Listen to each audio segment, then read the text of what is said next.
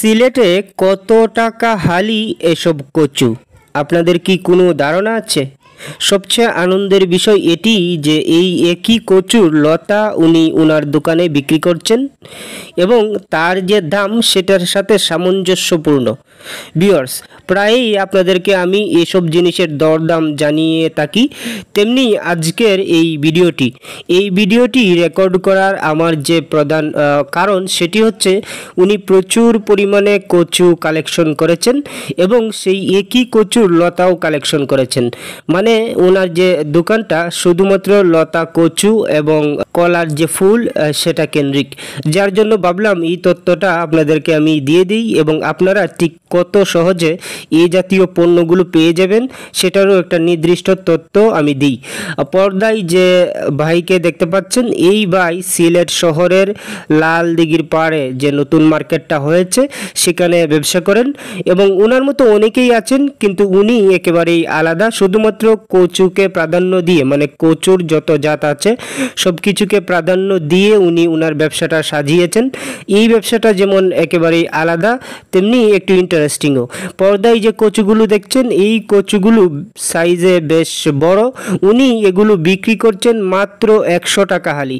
একেবারেই আশ্চর্যের বিষয় যে আমরা এর একটা পিসেই ক্রয় করে খাই 50 টাকা 60 টাকা করে, কিন্তু উনি লাল দিঘির পাড়ে একেবারেই এই কচুগুলো পানির দামে সেল করছেন। আপনি 100 টাকা থেকে অনায়াসেই কমাতে পারবেন। এবং এই একই কচুর যে লতা দেখতেই পাচ্ছেন, ওনার হাতে দুটো হাঁটি বিশাল বড় বড়, এই দুটো হাঁটি উনি বিক্রি করবেন মাত্র 80 টাকায়। মানে আমার কাছে চেয়েছেন 80 টাকা, এখানেও আপনারা কমাতে পারবেন। সিলেটের লাল দিঘির পাড় সম্পর্কে নতুন করে বলার একেবারেই কোনো কিছু নেই। যেমন শাক সবজি তেমনি মাছ মাংস সব কিছুর জন্য এই মার্কেটটি সিলেট শহরের যারা বাসিন্দা আছেন তাদের কাছে বড় একটি মার্কেট হয়ে দাঁড়িয়েছে এবং সেটা একেবারেই কম প্রাইজের মধ্যে আপনারা সব কিছু একেবারে টাটকা পেয়ে যাবেন, মানে যেটাকে বলে অর্গানিক। কেবলমাত্র এই মার্কেটটির বাহিরেই যখন আপনি এই পণ্যগুলো ক্রয় করতে যাবেন তখন আপনাকে এর চেয়ে কমপক্ষে 30-40 টাকা বেশি দিয়ে ক্রয় করতে হবে। এখন যে কলার ফুলটি দেখতে পাচ্ছেন, এটির দাম মাত্র 40 থেকে 50 টাকা। উনি এই দামেই সেল করে দেবেন। আসলে এটিরও সাইজটা অনেক বড়, বাসাবাড়িতে এটার দামটা অনেক বেশি হয়। এই ধরনের পণ্যগুলো সাধারণত আলাদা আলাদাভাবে থাকে, কিন্তু উনি এই ধরনের পণ্যগুলিকে একত্রে কালেকশন করে একটি দোকানে সাজিয়েছেন, যার জন্য ক্রেতাদের কাছে এটা একেবারেই আলাদা লেগেছে এবং একের ভিতরেই তারা সব কিছু পেয়ে যাচ্ছে।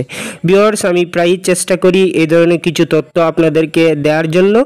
আমি সিলেটের একজন নাগরিক হিসেবে বলবো, আপনারা যারা সিলেটের বাসিন্দা আছেন তারা সিলেট লাল দিঘির পাড়ে হকার্স মার্কেটে আসবেন এবং আপনাদের যা যা প্রয়োজনীয় সব কিছু ক্রয় করবেন। এতে ব্যবসায়ীরাও কিছুটা উপকৃত হলো এবং আপনিও কম দামে পেয়ে গেলেন বেস্ট একটা পণ্য। আজকের এই ভিডিওটি এই পর্যন্তই থাক। সাবস্ক্রাইব করে পাশে থাকবেন। ভালো থাকুন।